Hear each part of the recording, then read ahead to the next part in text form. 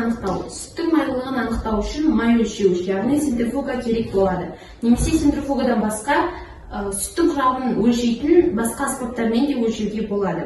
Біз сүттің құрамындағы майды анықтау үшін белоктарды күкірт қышқылмен әрекеттесіп центрифугалап аламыз. Сүттің майлылығын анықтау үшін біз екі түрлі мысал қарастырайық. Біріншісі үй сүті, яғни сиыр сүті, екіншісі лактел сүті, дүкендегі сүт.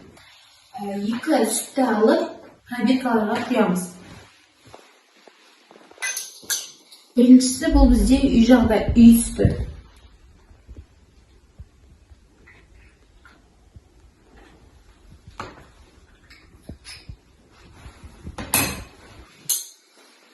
Біз бұны центрифугаға саламыз. Номер 1.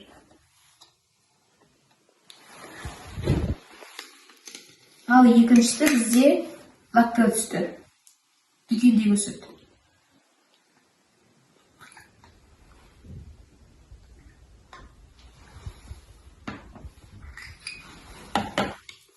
Бұны керісінше қарама-қарсы 4-ші номерлі саламыз.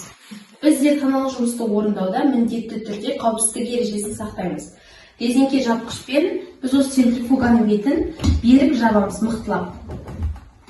Берік жабылмаса ол атылып кетуі мүмкін. Және бізде центрифуганың обороты 800, яғни 1 минутта 800 айналым жасайды. Бізде егер центрифуганың қуаты ең төменгі қуат. Сол себептен 5 минут айналады.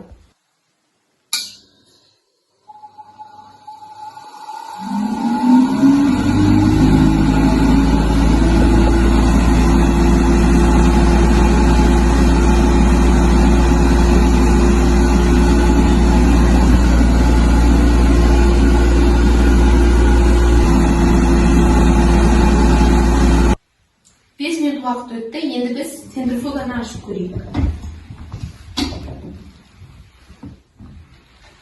Бізде номер 1 сиыр сүті, номер 4 дүкеннің лактел сүті. Екі пробиркада да сүттің көлемі бірдей, бірақ біріншісі сиыр сүті, екіншісі дүкендегі сүт болғандықтан сиыр сүтінің майлылығы көбірек, ал лактел сүтінің майлылығы өте аз.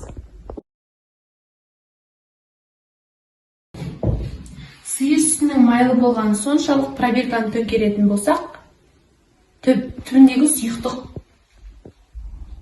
еш өзгеріссіз тұра береді.